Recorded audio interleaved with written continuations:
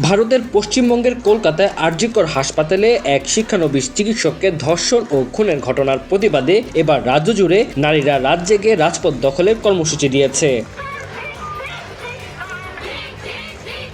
ভারতের স্বাধীনতা দিবসের আগের দিন 14 আগস্ট মাঝরাতে নারীরা স্বাধীনতা ও নিরাপত্তার দাবিতে কলকাতা সহ রাজ্যের বিভিন্ন প্রান্তে প্রতিবাদ মিছিলে নামে। রাত 11:55 রাস্তায় নেমে তারা প্রতিবাদ জানায়।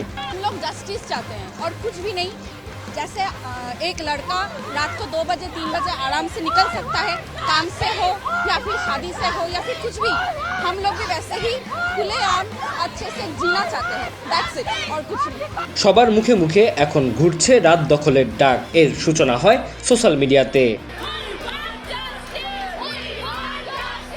ভারতের আনন্দবাজার পত্রিকা জানিয়েছে, নারীদের এই আন্দোলনকে সামনে রেখে কলকাতা ও রাজ্যের বিভিন্ন এলাকায় বাড়তি বাহিনী মোতায়েন করেছে পুলিশ ও প্রশাসন।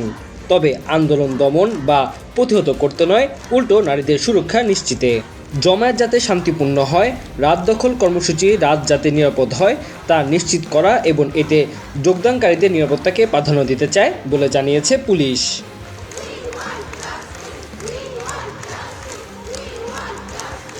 প্রথমে কলকাতা কেন্দ্রিক প্রতীকী জমায়েতের আহ্বান থাকলেও এখন সেই ডাক উত্তর এবং দক্ষিণবঙ্গের সব জেলাতে ছড়িয়ে পড়েছে। এতে সাড়া দিয়ে অনেক জায়গাতে বড় জমায়েত হতে পারে বলে ধারণা পুলিশের। গত সপ্তাহে বৃহস্পতিবার রাতে পশ্চিমবঙ্গের রাজধানী কলকাতার আরজিকর সরকারি হাসপাতালের সেমিনার হল থেকে 32 বছর বয়সী ওই নারী চিকিৎসকের লাশ উদ্ধার করা হয়। ময়নাতদন্তে প্রাথমিক রিপোর্ট অনুযায়ী নির্যাতিতার চোখে, মুখে ও গোপনাঙ্গে রক্তক্ষরণ হচ্ছিল। এছাড়া তার শরীরে বিভিন্ন জায়গায় ক্ষত ছিল। Tanzil Hasnat, MCTV, USA।